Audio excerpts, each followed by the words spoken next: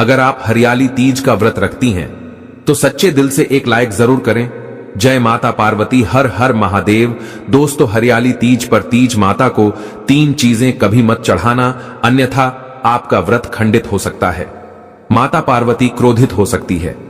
ये 3 चीजें तीज पर घर में लाना भी अशुभ माना जाता है। घर परिवार बर्बाद हो जाता है।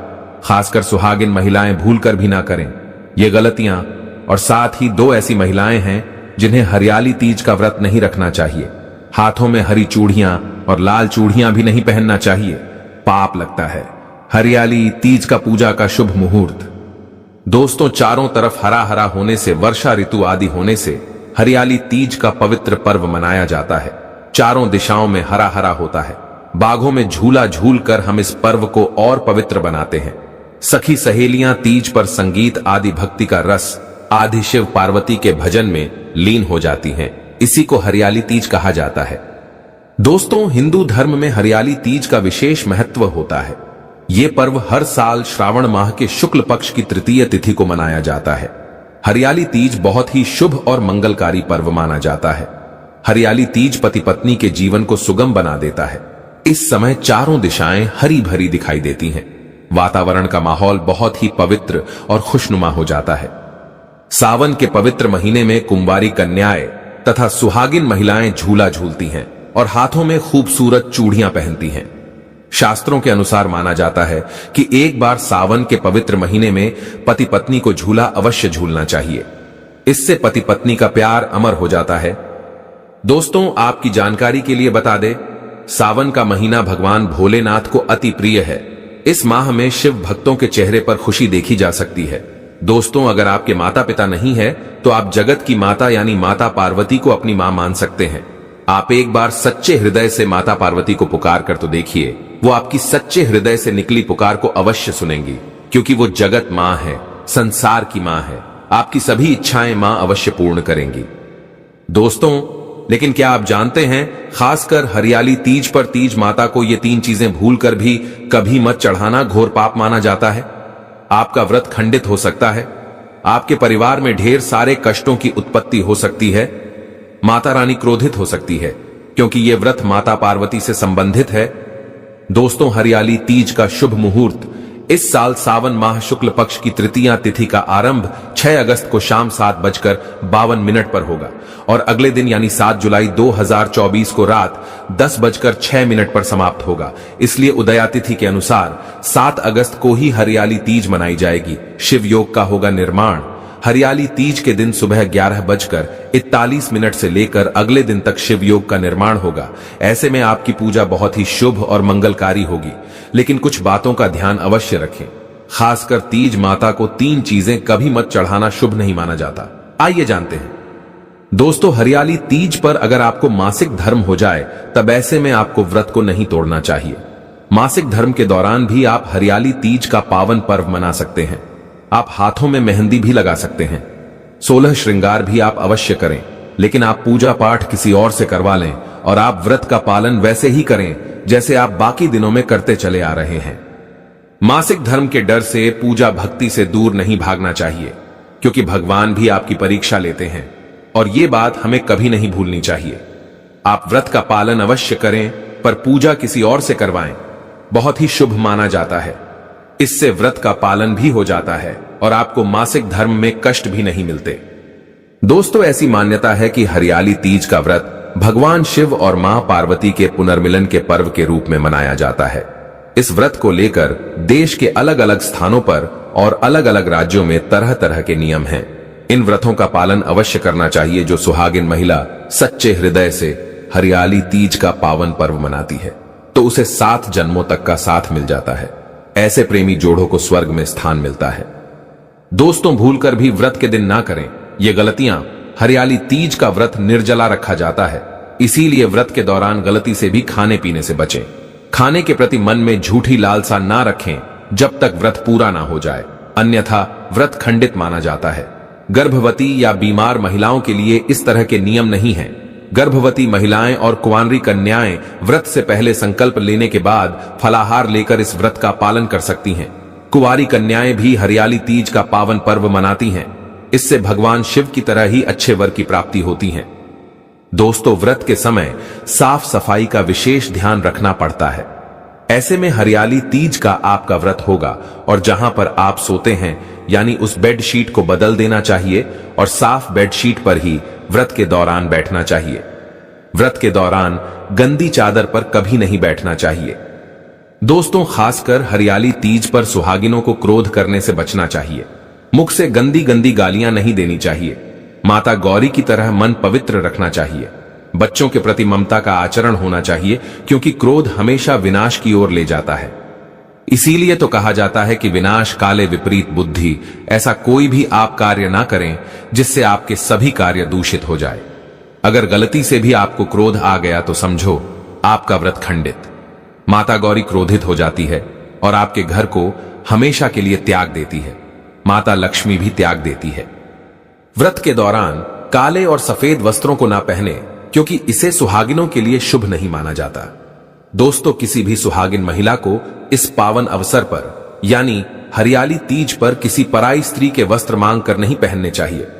वस्त्र आप बाजार से नए खरीदे या आप अपनी शादी का जोड़ा पहन सकती हैं। हरियाली तीज पर शादी का जोड़ा बहुत ही शुभ और पवित्र माना जाएगा। शादी का जोड़ा पहनने पर माता पार्वती अति प्रसन्न होती हैं और आपको अखंड सौभाग्यवती का वरदान देती हैं।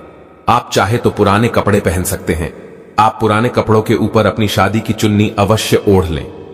दोस्तों, किसी भी सुहागिन महिला को दूसरी महिला का श्रृंगार मांगकर अपने माथे पर, चेहरे पर तथा पैरों में और हाथों में किसी भी हिस्से पर कभी नहीं लगाना चाहिए। बहुत ही अशुभ माना जाता है। इससे पति पर विपदाएं आती हैं, घर में क्लेश बढ़ते हैं और रिश्ते टूटकर बिखर जाते हैं। ऐसे में पति का जीवन नष्ट हो जाता है। सुहागिन महिलाओं को हमेशा अपना खुद का श्रृंगार ही इस्तेमाल करना चाहिए और माता के चरणों से मिला श्रृंगार ही लगाना चाहिए। पति पत्नी को पूजा पाठ के दौरान थोड़ा संयम रखना चाहिए। इस समय थोड़ी दूरी बनाकर चले। दोस्तों, अब जानते हैं हरियाली तीज पर वो ऐसी कौन सी 3 चीजें हैं जिसे तीज माता को कभी नहीं चढ़ाना चाहिए। माता पार्वती क्रोधित हो जाती है, व्रत टूट जाता है। आइए जानते हैं। दोस्तों, जब आप हरियाली तीज पर माता की चौकी लगाएं तो लाल कपड़ा बिछाकर ही लगाना चाहिए तथा पीला कपड़ा भी बिछा सकते हैं। लेकिन लाल रंग माता रानी को अति प्रिय है।